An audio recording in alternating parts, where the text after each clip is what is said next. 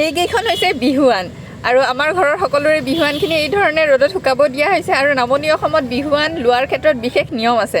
জনাই আছোঁ ৰ'ব আপোনালোকক আজি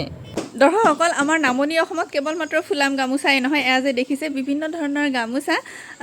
বিহুৱান হিচাপে দিয়া হয় আৰু ইয়াৰে প্ৰত্যেকৰে নামবিধ বেলেগ বেলেগ মই আপোনালোকক কৈ আছোঁ ৰ'ব গামোচা এই ধৰণে মেলি দিয়া ৰ'দত শুকাব দিয়া হৈছে আৰু শুকোৱাৰ পিছত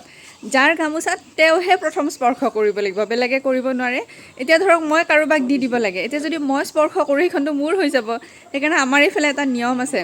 শুকান বাঁহেৰে মানে বাঁহৰ তেনেকুৱা লাঠিৰে আৰু গামোচাখন লৈ পেলাই যাৰ হয় তেওঁৰ গাত এই ধৰণে দি দিয়া হয় মানে এই ধৰণে বৈ উলিওৱাৰ পিছত এই ধৰণে মানুহ বিহুৰ দিনাখন ৰ'দত শুকাব দিয়া হয় আৰু প্ৰথম স্পৰ্শ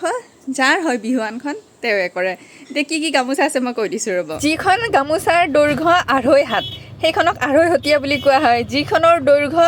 2 হাত সেইখনক 2 হতীয়া বুলি কোৱা হয় সেয়াই বিভিন্ন ধৰণৰ গামোচা আছে ইয়াতে মানে জোখ লৈ গামোচাৰ নামসমূহ বেলেগ বেলেগ হয় আৰু আমি থলুৱা ভাষাত গামোচাক নামনি অসমত গামচা বুলিয়ে কওঁ আৰু এয়া যে দৰ্শকসকল আমি ডিঙিত লৈ আছোঁ এইখনক আনা কাটা গামোচা বুলি কোৱা হয় এইখন অতি বিশেষ আৰু এয়া আমাৰ সেই বিয়াৰ সময়তে দিয়া মানে আৰু এয়া গামোচা আমি মন্দিৰত গ'লে ডিঙিত লৈ যাওঁ এয়া অতি বিশেষ গামোচা আনা কাটা গামোচা আপোনালোকে যদি অসম বুৰঞ্জী পঢ়িছে তেতিয়া পাইছেই চাগে আহোম সৈনিকসকলক যুদ্ধ কৰিবলৈ যাওঁতে এয়া পবিত্ৰ বস্ত্ৰ আনা কাটা বস্ত্ৰ দিয়া হৈছিলে আৰু দৰ্শকসকল ফুলাম গামোচাটো কেৱল মাত্ৰ ডিঙিত ল'বৰ কাৰণে বা মুখ মুচিবৰ কাৰণেহে ব্যৱহাৰ কৰা হয় কিন্তু দৈনন্দিন ব্যৱহাৰৰ কাৰণে আমাৰ নামনি অসমত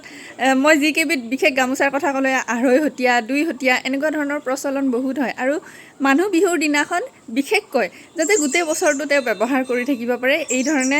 2.5 হতীয়া 2 হতীয়া এয়া গামোচা দিয়া হয় এতিয়া নাজানো আপোনালোকৰ কোনোবাই হয়তো উজনিৰ লোকসকলক কৈছোঁ প্ৰথম দেখিছে কিন্তু এয়া একদমেই স্বাভাৱিক আমাৰ নামনি অসমত একেবাৰে স্বাভাৱিক আৰু এই প্ৰতিকেইখনেই হৈছে